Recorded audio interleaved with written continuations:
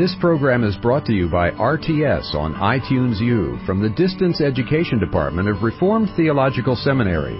For more information on RTS degrees and programs, please visit us at www.rts.edu or call 1-855-854-6920.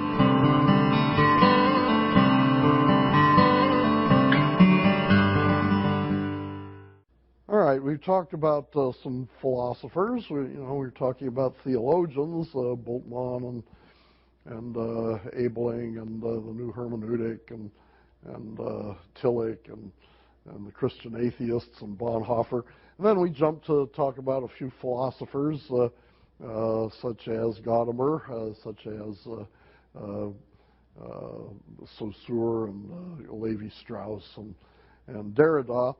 Now let's jump back and look at some more theologians here. These are theologians that kind of renew the conservative drift.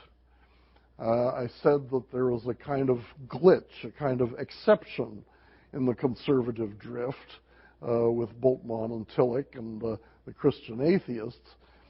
And I don't know if the Hartford Affirmation was really as important as I presented it, but it may have had something to do with it. I think sometime in the 70s, theologians got sick and tired of all this radicalism, and they wanted to hear the old words again.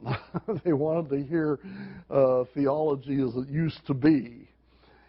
And so I'm kind of interested that since about 1975, you don't get the real radical theology anymore. In fact, the dominant theologians are theologians who sound very traditional, even though their actual words, even though their actual views, I think, are often untraditional.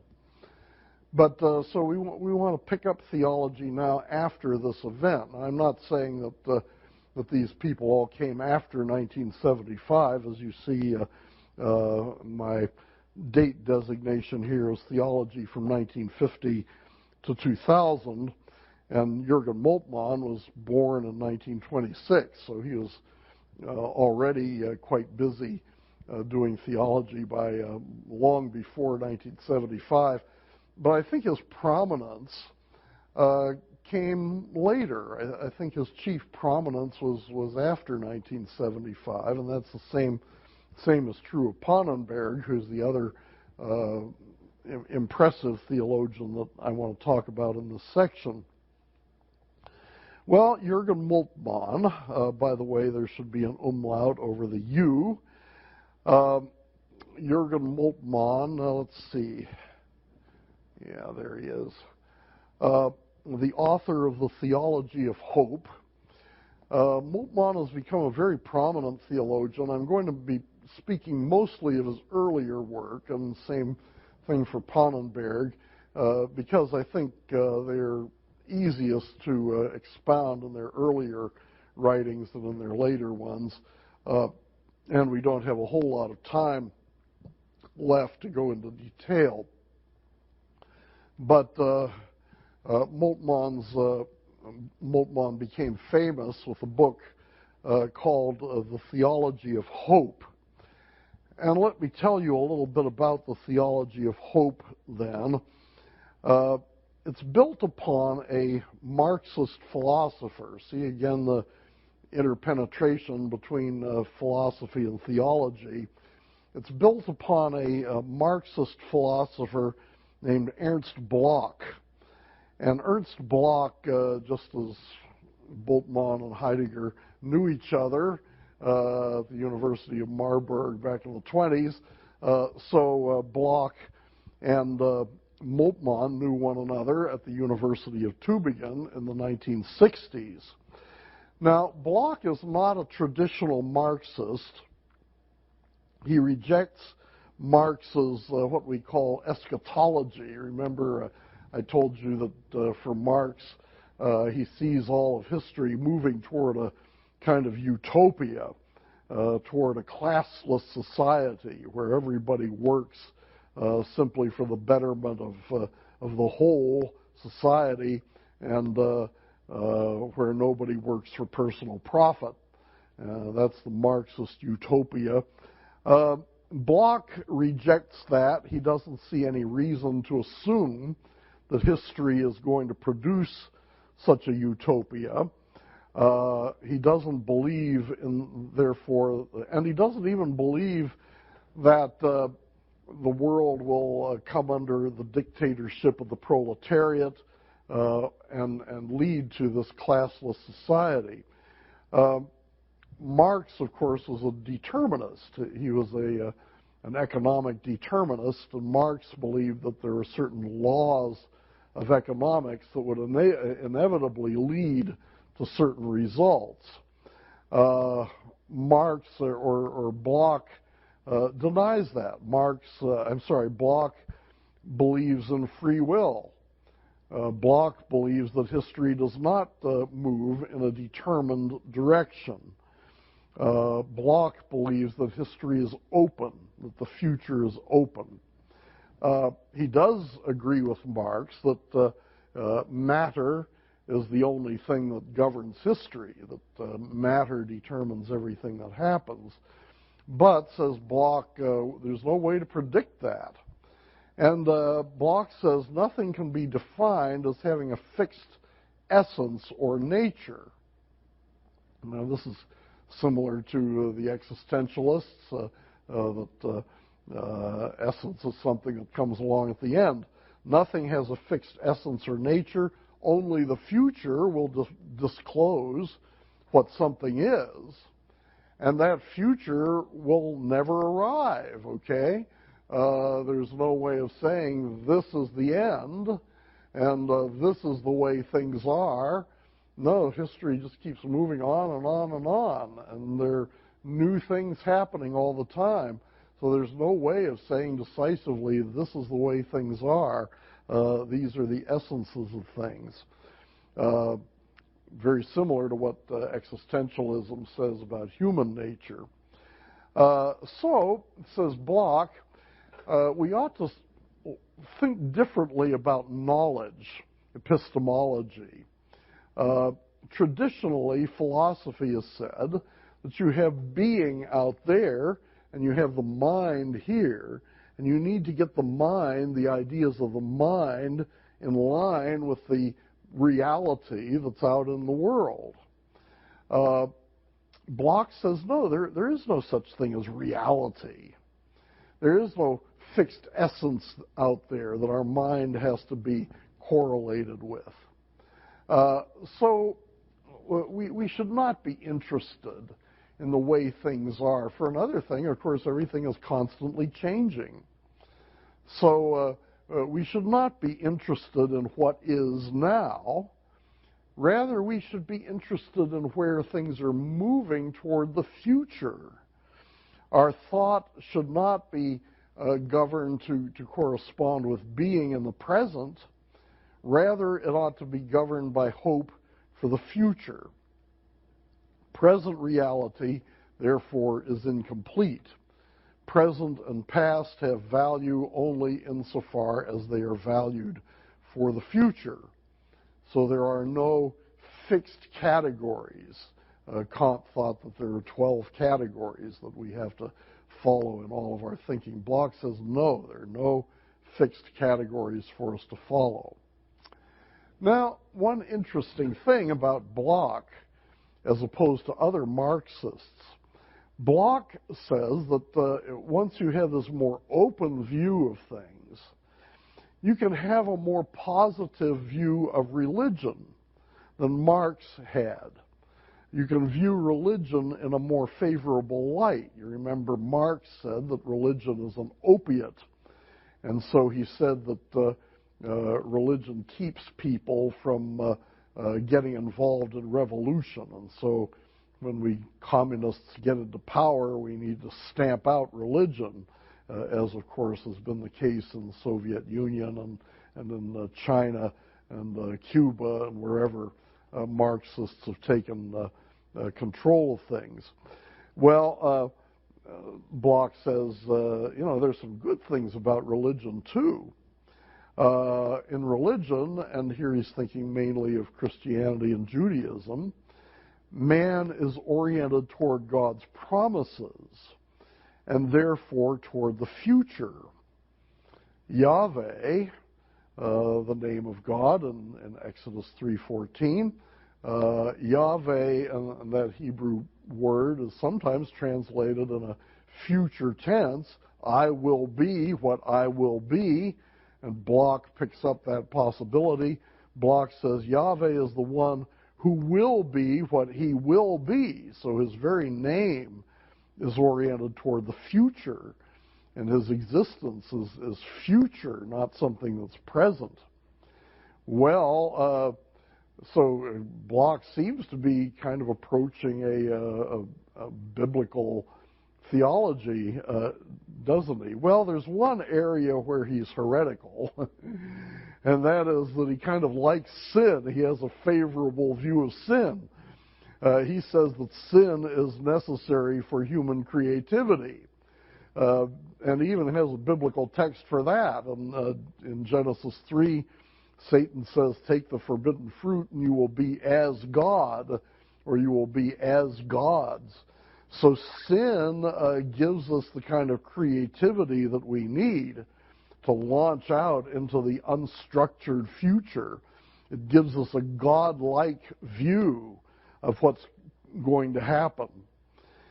So that's Bloch. I mean, he certainly doesn't sound like an Orthodox Christian, but he's a Marxist, but he has a much more favorable view of religion than Marx had, and he even tries his hand at a little bit of biblical theology, although he probably wouldn't get through RTS. Now, Moltmann, a friend of Bloch, thinks maybe, we could start with Bloch and come up with something that sounds a lot more orthodox. So Moltmann says, let's do Christian theology with a future orientation. Okay? Bloch is right. God is the God who promises. Man is related to God through the promises, not through some actions in the past, not through an essence with which God has created me. We are related to God through his promises for the future. Another way to look at this is that God's people are strangers and pilgrims. We have no home in this world.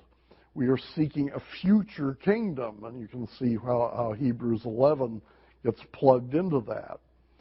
What about prophecy, you say? You might say, well, prophecy nails down the future, doesn't it? Prophecy tells us what's going to happen. Moltmann says, oh no. What prophecy does is that it intensifies the expectation. When prophecy is fulfilled, the fulfillment only gives us an additional expectation for the still more distant future. That is to say, you get a prophet telling you that for example, Noah says to his sons, Shem, your sons are going to inherit the land of Canaan. Well, fine, but then and that happens, but that's not a total fulfillment. That's only a provisional fulfillment, looking forward to a greater divine deliverance yet to come. And so Jesus comes into the world, seems to fulfill everything. Does he fulfill everything? Well, no. When Jesus comes, you're looking forward to his second coming. And so there's always something more. Every time one prophecy is fulfilled, that opens the doorway for another prophecy and another prophecy, and the future never comes. And we're constantly open to something more happening. Now, what are you saying? Are you saying out there that Moltmann is a heretic? That Moltmann doesn't believe in the final eschatology? Well, that's a little bit hard to say. At least he certainly doesn't emphasize it. In Moltmann's emphasis, prophecy is never actually fulfilled. What God does cannot be anticipated on the basis of prophecy or on the basis of past expectations. God's acts are enormously surprising. So we must think of him in terms of this promise. We don't know what's going to happen, so don't look toward the past, look toward the promise. God does things that completely surprise us. Creation out of nothing. Things are created where there was nothing before. Nothing doesn't lead us to expect something. All right? Something is a total surprise. Resurrection, life out of death. You don't expect somebody to rise from the dead. Resurrection is a total surprise, okay? So you look for God to do strange things, for the future to be unlike the past. Sometimes, Moltmann, of course, makes that the basis for his theology of hope. But I've often wondered, what do we mean by hope here? I mean, does this mean that the future is going to be better than the present? Not necessarily. I mean, the way Moltmann works this all out, the future may be worse than the present. How do you know that the surprise is going to be something good? The surprise may be something bad. So I've sometimes said that Moltmann would be better off, instead of calling his theology the theology of hope, probably should be calling it the theology of surprise, okay? That seems to make more sense in the light of the premises that Moltmann has given us. Anyway, Moltmann is able to do something that has been kind of bewildering to Christians. Remember I told you that Albert Schweitzer and Johannes Weiss argued back in their quest for the historical Jesus. They argued that Jesus was really an apocalyptic visionary, and that Jesus was a man who was consumed by the end of the world. And he believed that the end of the world was coming right away. And so he taught his disciples a way of living in view of the imminent end of the world. Now, Schweitzer and Weiss said, well, of course, we modern people know that the world did not end, and it's not going to end anytime soon, so we can't make much use of the teaching of Jesus. Now, Moltmann says they were right to see Jesus as an apocalyptic visionary. Jesus was focused on the end of the world. Jesus was focused on the future. But Moltmann says, in the same way, we should be focused on the future. In the same way, we should be ready for a great surprise. We should be ready for something amazing, something completely out of our understanding to come in the future. And we ought to therefore have the same eschatological hope that Jesus had and that the apostles had. Well, you can ask whether that's persuasive or not in terms of biblical exegesis, but this is the direction in which Moltmann goes. We should be thinking in terms of a future fulfillment. Now, it's interesting to see how Moltmann responds to past theologians. For one thing, he's against the older liberalism because he says the older liberalism did not understand apocalyptic. The older liberalism wanted to look back at the historical Jesus and think of Jesus as a teacher and so on. They had no idea about Jesus' concern for the end of the world, Jesus' concern for the future, and Schweitzer and Weiss showed us that was incredible. But Schweitzer and Weiss made no positive theological use of this discovery. They discovered that the New Testament was totally eschatological, totally preoccupied with the end. But they just dismissed the New Testament for that reason. Now, what about Barth? Did Barth do any better? Well, Barth came along and said that said that theology ought to be aware of crisis. In fact, that was one of the names that Barth gave to his theology, the theology of crisis. And crisis, of course, means judgment. So the theology of judgment. And remember the line from Turneyson about Barth's theology being a bombshell on the playground of the theologians. It was like Judgment Day was coming. It was as if Barth had a new understanding of the judgment of God, a new understanding of eschatology. And indeed, Barth was trying to make positive use of the idea of judgment in his theology. But Moltmann points this out, that for Barth, Geschichte, which is the realm of redemptive occurrence, according to Barth, Geschichte is actually an eternal present, not a future. Geschichte is above calendar time. It's above geographical space. It's not a world in which we live in day by day. And so Geschichte is not about a coming judgment in time. Geschichte is an eternal realm. And so eschatology in the end becomes a metaphor for a relationship between God and the eternal now. Revelation for Barth is only present. It's never past, can't be identified with anything in the past, and it doesn't come in the future.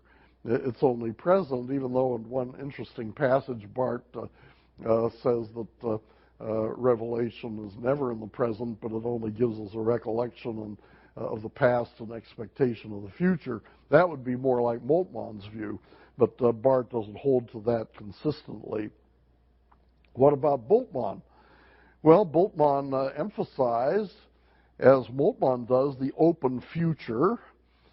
And in a couple of places in Moltmann's writings, he comes close to identifying God with the open future, as Moltmann also does. But remember that Moltmann is an existentialist. And for existentialism, it's irrelevant. The passage of calendar time is irrelevant.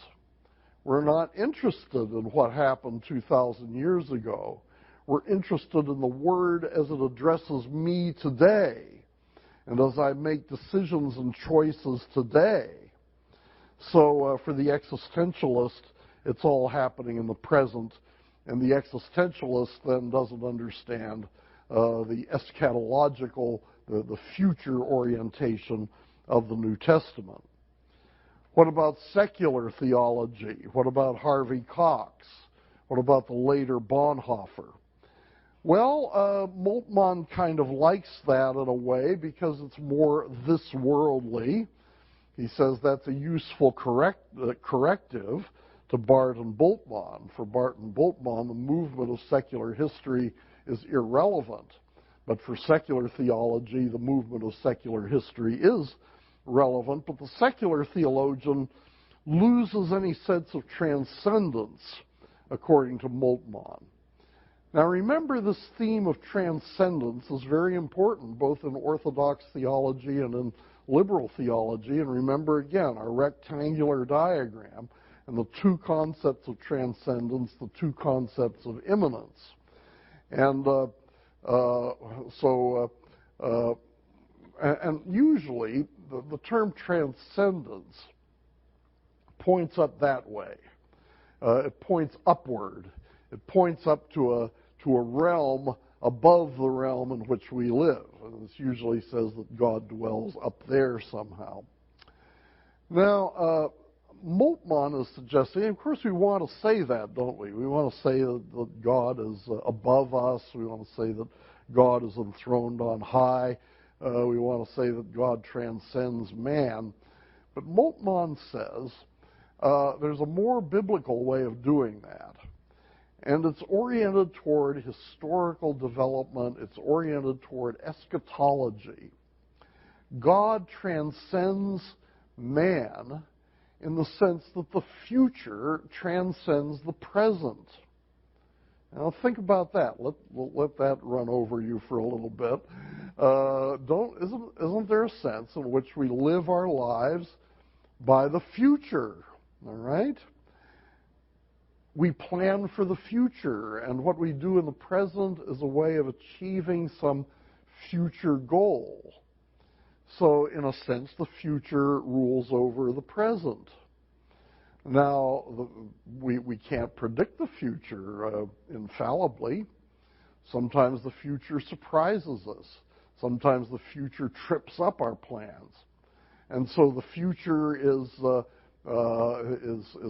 threatening. The future is what's going to judge what we're doing now. The future is what's going to gather together everything that we do and determine what its meaning is.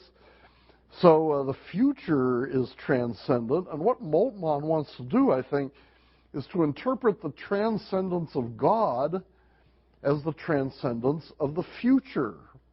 God is the future, and the future is God. This is a little bit like Christian atheism, you know. This is not an orthodox concept of God. But Moltmann thinks he can justify this on the basis of the Scripture's emphasis on eschatology, the Scripture's emphasis on the future, and on the basis of some philosophical assumptions that he takes from Ernst Bloch and other Marxists and other philosophers, some existential philosophers. So he says that hope ought to be the central category of theology. Should not be something peripheral. Hope is not knowing the future, because according to Moltmann, remember, the future is totally open. Okay? So hope is not knowing what the future is, but hope is accepting the future as a gift, being open to whatever happens. Now, this is a little bit like Moltmann, remember. Moltmann also talks about the open future and being willing to accept the openness of the future. Hope, according to Moltmann, is optimistic, not fearful. And since God acts in surprising ways, we should never despair about the difficulties of our present situation. Moltmann thinks that neo-orthodoxy is too pessimistic. Neo-orthodoxy only expects bad things to happen because of human sin. So that this world of calendar time is the world of sin, the world of the devil. Moltmann says no, we should be optimistic about what can happen in our own time.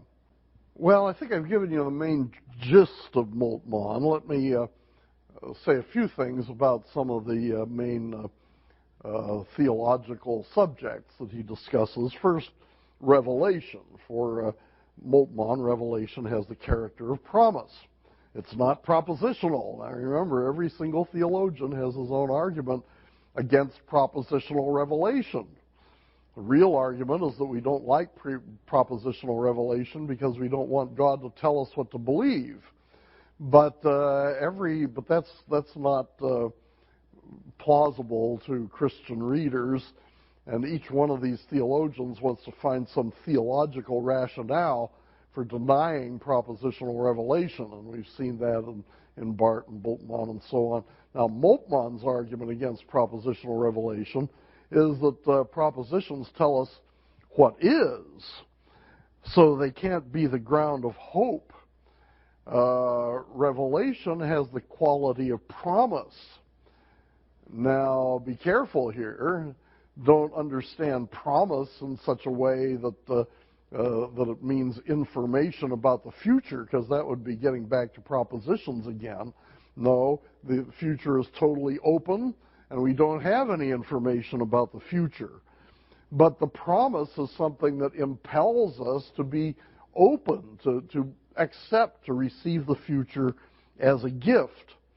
So revelation is apocalyptic, not epiphany. All right? Interesting distinction. Epiphany is an illumination of what is. Epiphany tells us the nature of present reality. whereas apocalyptic is a revelation of what God is doing from the perspective of the end. And so Revelation as apocalyptic carries us beyond rational expectations. Think of how wild the symbolism of apocalyptic can be. Carries us beyond rational expectations. And here's the main difference between Moltmann and Pannenberg. These are the two, I think, most prominent theologians of the period, Moltmann and Pannenberg. And Moltmann thinks that Pannenberg is too rationalistic. And we'll see if we agree with him when we get to Pannenberg later on. But here's Moltmann's argument against propositional revelation. Since the future is open, Revelation does not give us propositional information about the future. So all our thinking of God is provisional. The future is open, and the past is no sure guide. But we can think about the future in hope, courageously expecting it to be better than the present. It takes courage because you don't know. God may surprise us, huh? So there can be no static norms for thought and life. That's another motif of modern theology. Nor can there be any certainty about historic events. Who is God for Moltmann? God is present only in his promises, present in hope. Therefore, future is his essential nature. Okay? Interesting comparisons that you can make between him and Moltmann. I'll skip over that a little bit. But you see, to say that God is basically something future, you're able to bring in some of the neo-Orthodox rhetoric. The neo-Orthodox emphasized you cannot possess God. You can't control God. You can't manipulate God. You can't have God. And now Moltmann gives us a reason for this. We can't have God. We can't possess God because we can't possess the future. The future is transcendent. The future is something that we can't get a grip on. We can't lay our hands on. The very idea, he says, of the existence of God is problematic. Okay?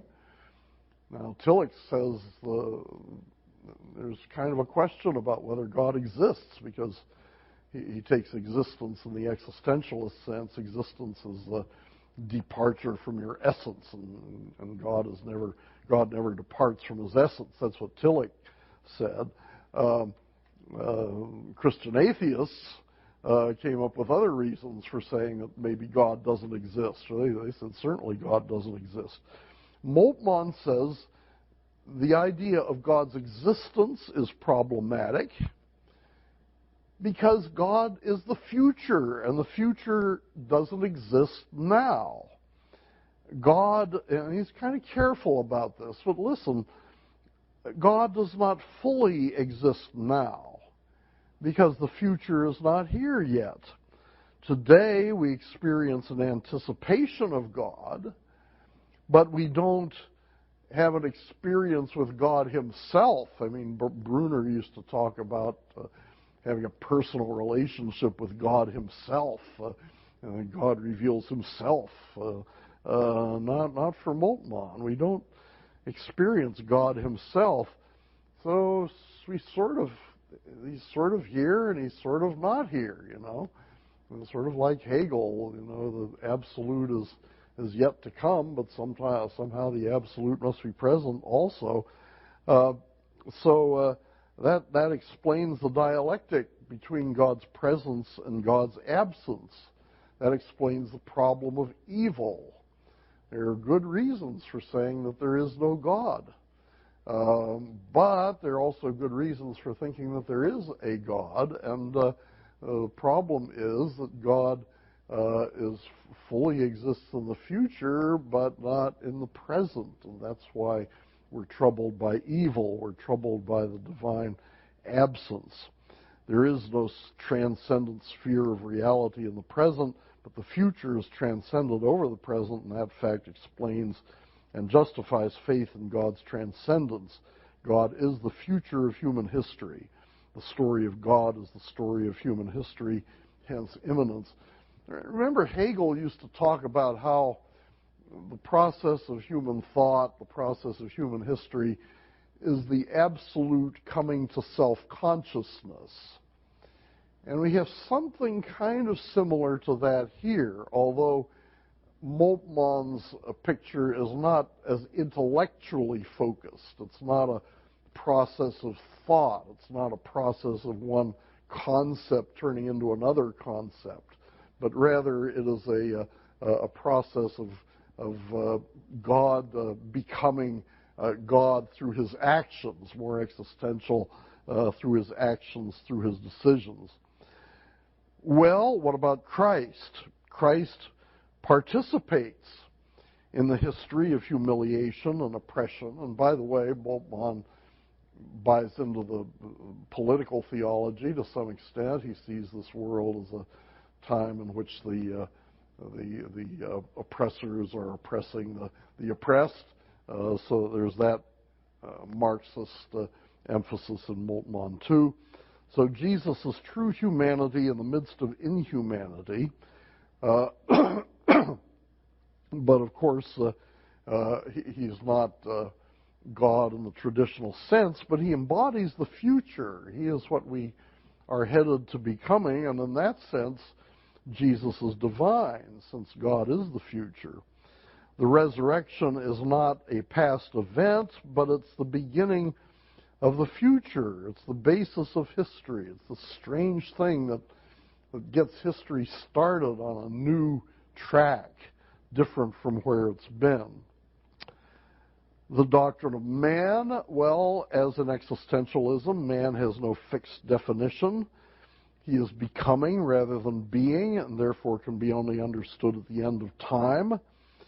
What is the image of God? Well, the image of God in which we're made is our capability to transcend the present and anticipate the future. Man is the only animal that makes plans for the future, right? And so this is the nature of our freedom, that we choose to do different things in the future.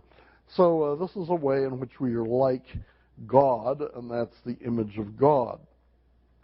What is sin? Sin is hopelessness, okay? And there are two forms of it. One is presumption, which is seeking to bring about future change in one's own strength without hope in God. This is works righteousness. The other form of sin is desperation, believing that there's no hope, apathy, indifference, unbelief. Then he talks about the church. The church should not be Constantinian. In the Constantinian model, the church rules the world, focuses on the present as if the end of history had arrived, and as if the church were able to focus, to impose its will on everybody else. Now here you see a little bit of Bonhoeffer. The church is not to focus on its status, but on its servanthood. We should see the church as the servant to the world, has no favored position. It's not qualitatively different from the world, but it's the vanguard of a new humanity, the promise of humanity's future, and the sacraments proclaim a future hope. The church is important in social matters. It should confront the evils of society, not merely leave those up to individual Christians. Ethics, very important to Moltmann, as he takes a Marxist position on a lot of things. Only the future is ethically normative. There are no fixed norms that derive from the past. Therefore, the standard of action is the anticipated result. The end justifies the means, very similar to Karl Marx's relativism, class structure relativism. The future frees us to love those who are not presently active, or presently attractive or appealing, agape. So we are called to identify ourselves with the oppressed, as God does in Christ. We cannot accept the status quo. That would be desperation. We need to challenge what is in the name of what will be, the future. Revolution is one appropriate means of accomplishing change. Revolution will not bring in utopia, as Marx thought, but Bloch is right in that revolution can accomplish some things, and in some situations it may be necessary. Moltmann says that the problem of violence versus nonviolence is an illusory problem. There is only the question of the justified and unjustified use of force and the question of whether the means are proportionate to the ends. Moltmann becomes, of course, a very important theologian in the last part of the 20th century and the beginning of the 21st. He writes on the Trinity. He's particularly interesting in the movement that deals with the suffering of God. Of course, traditional theology has said that the Father, God the Father, does not suffer, and to say that the Father suffers is patripassionism, the traditional name for that. That Jesus is the one who suffers, but the Father does not. Moltmann questions that, and he's led a lot of other people to question it too.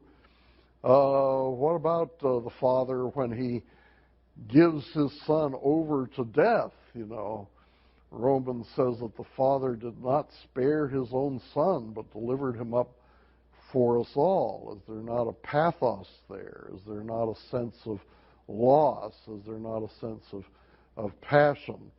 I tried to deal with Moltmann's arguments on that score in my book called The Doctrine of God, and so I won't try to deal with that here. It's a very interesting controversy, and I think there's some truth to what Moltmann says. I think that the Father certainly does grieve. If God grieves over our sins, then certainly God the Father grieves when his Son is killed unjustly. But I don't believe that God the Father is capable of being pierced in the side as Jesus was. He's not capable of that kind of suffering. So you have to make some distinctions. Didn't I say earlier today that the theologian and the philosopher usually have to make distinctions? Now on page 153, I have something called the Theology of Liberation, which is a very important movement in the late 20th and early 21st centuries. This is the movement that says that what the Bible is all about is the liberation of the oppressed from the oppressor. And of course, they take their cue from Exodus, in which Israel is set free from slavery, from the bondage of Egypt. And they interpret the work of Jesus in terms of that, in terms of liberating the captives, setting the captives free. And certainly we'd have to agree, wouldn't we, that the Bible draws a parallel between Jesus' salvation from sin and God's deliverance of Israel from Egypt.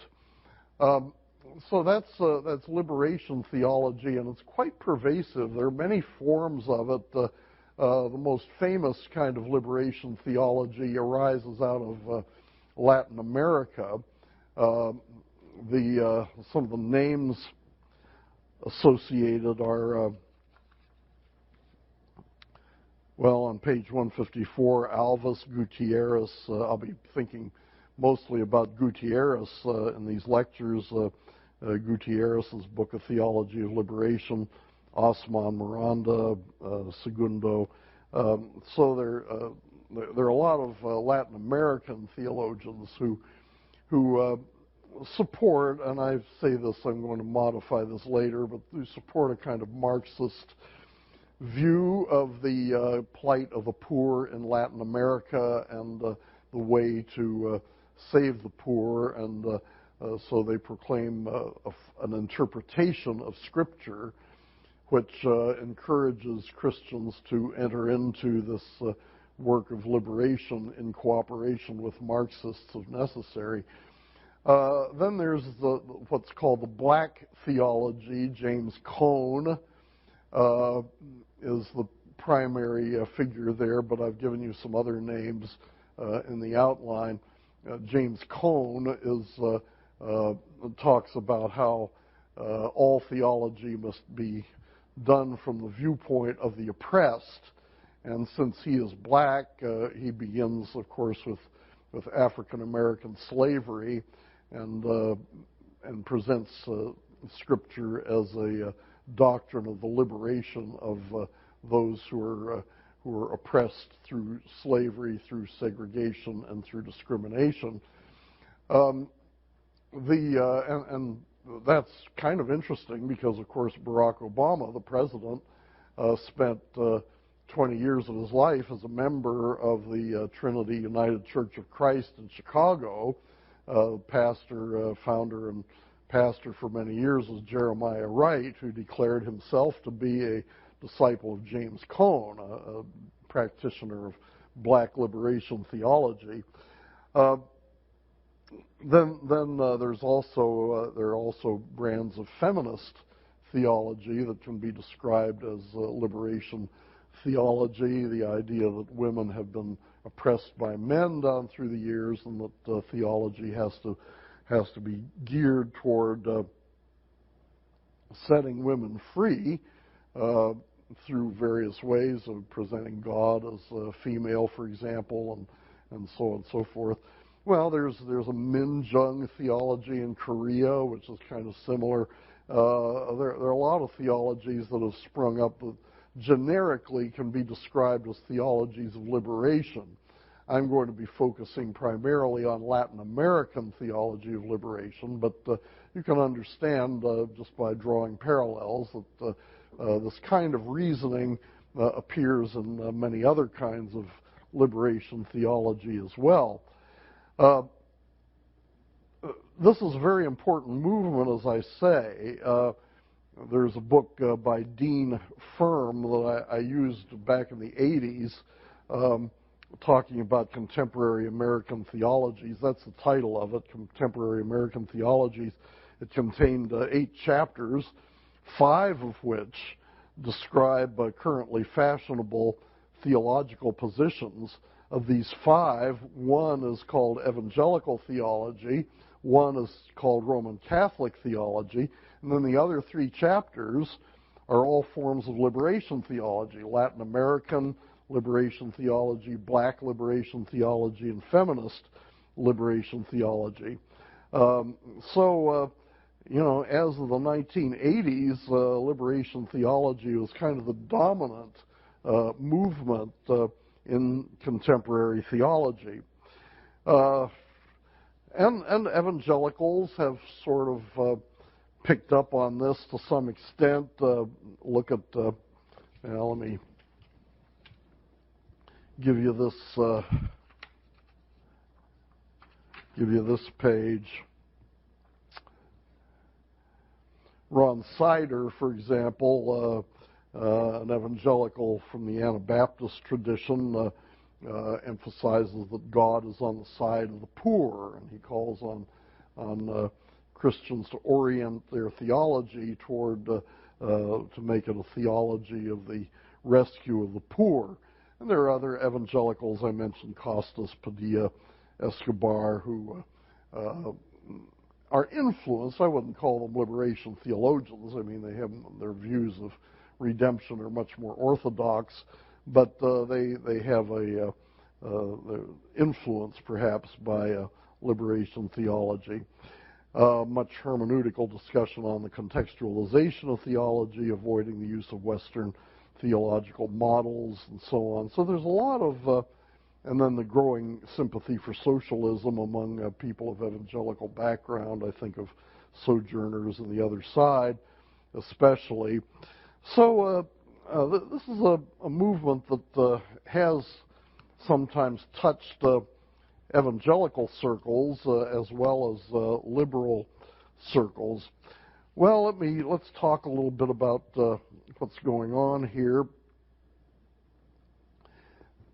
in liberation theology. First, as always, and this is true, this is true in a lot of contemporary theology, as we've seen. Quite a lot of influence, quite a lot of interest in hermeneutics. And hermeneutics and epistemology become equated. First, the hermeneutical circle. It's very common in theology to note that we always bring presuppositions to the text of Scripture. We've talked about that several times today. And these presuppositions influence our exegesis in theology.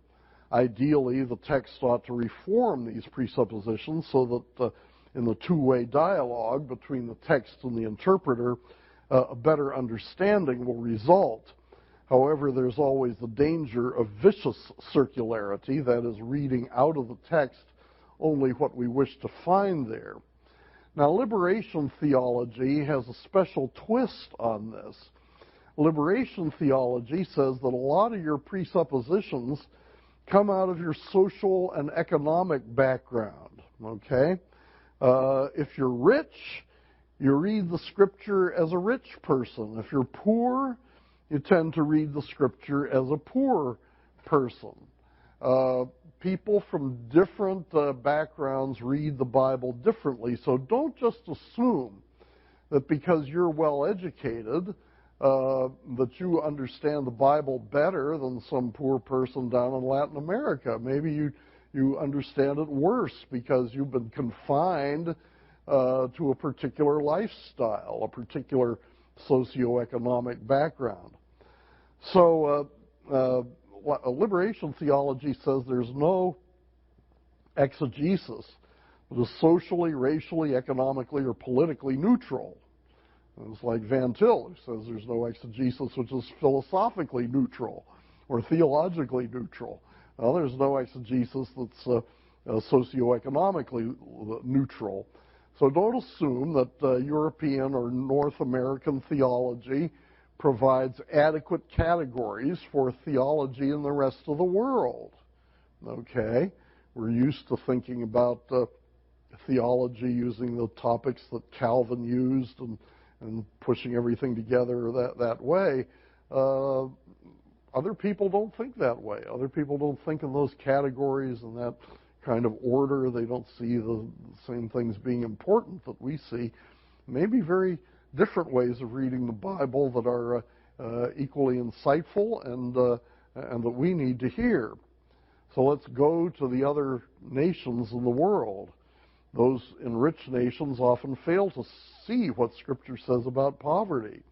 So we need to bring our presuppositions in line with Revelation. Now, understanding also presupposes not only a certain background, but also our present-day practical involvement in the world. It's not enough to bring the right ideas to our exegetical work. We must also be involved in the right kind of activities, because truth is something practical. Theory is part of practice.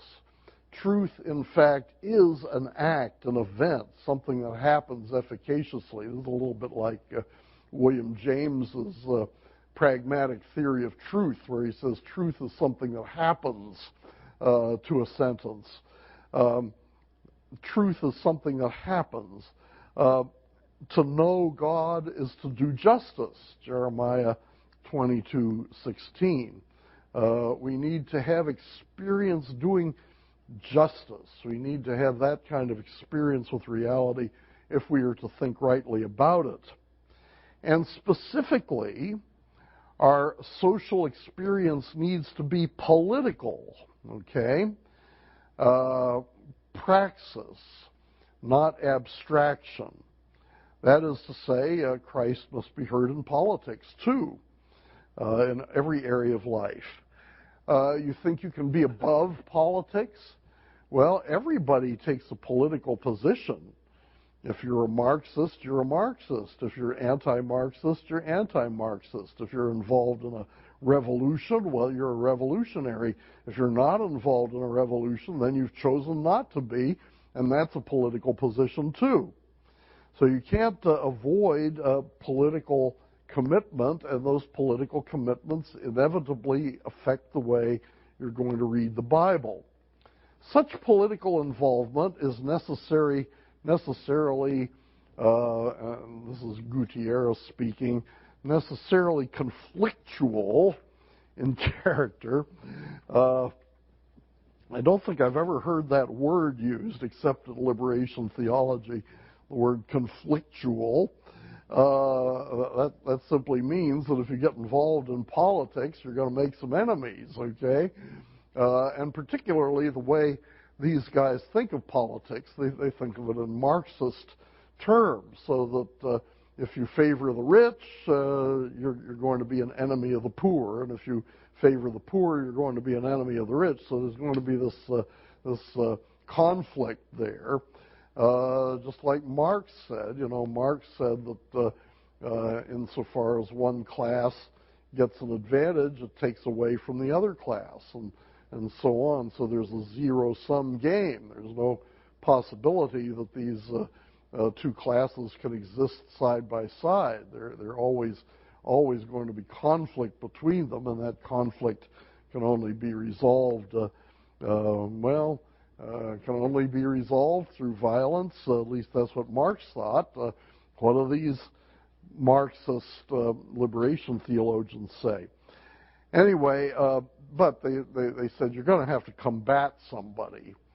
But, says Gutierrez, and remember Gutierrez is a Roman Catholic priest, and the Vatican, of course, is against Marxism, so these guys have to tread very lightly.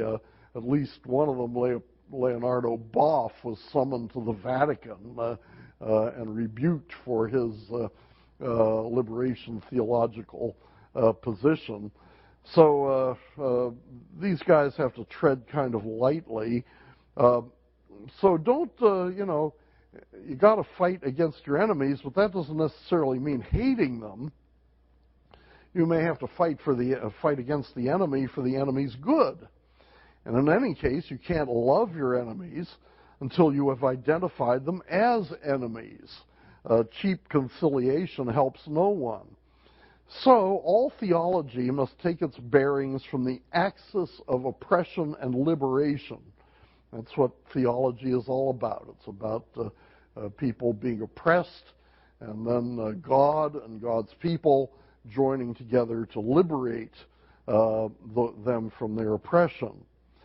Now, that lines up, just as Moltmann's theology lined up so well with existentialism, so liberation theology lines up very well with Marxism. You see how philosophy and theology get tied together here. So Marxist, this is what Gutierrez says, Marxist thought presents the best analysis of the oppression-liberation conflict in terms of class struggle. Therefore, you got to like Marxism up to a point, all right? And see how he's careful here. The thinker must be committed to Marxism at least as an analytical tool, okay? Now, you see, Gutierrez doesn't want to say that he's a Marxist.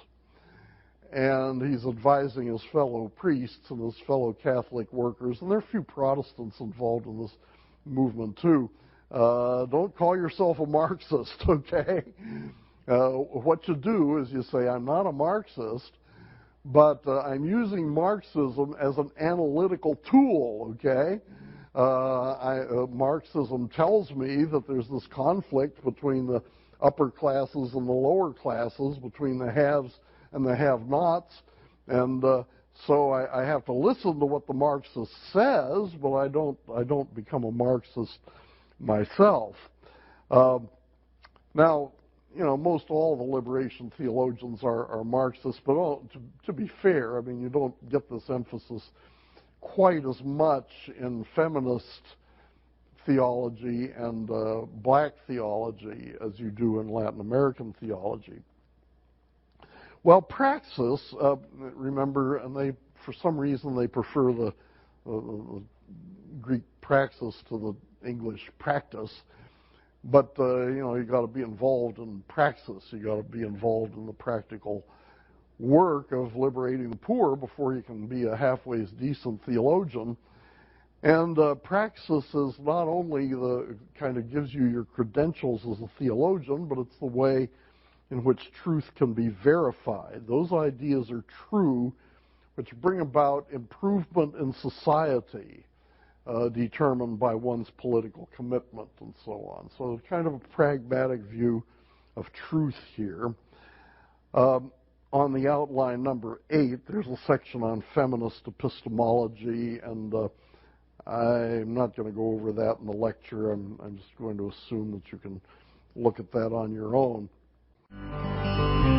The preceding program has been brought to you by RTS on iTunes U and may not be reproduced or disseminated in part or in whole for sale or for profit without express written consent. For more information on RTS degrees and programs, please visit us at www.rts.edu or call 1-855-854-6920.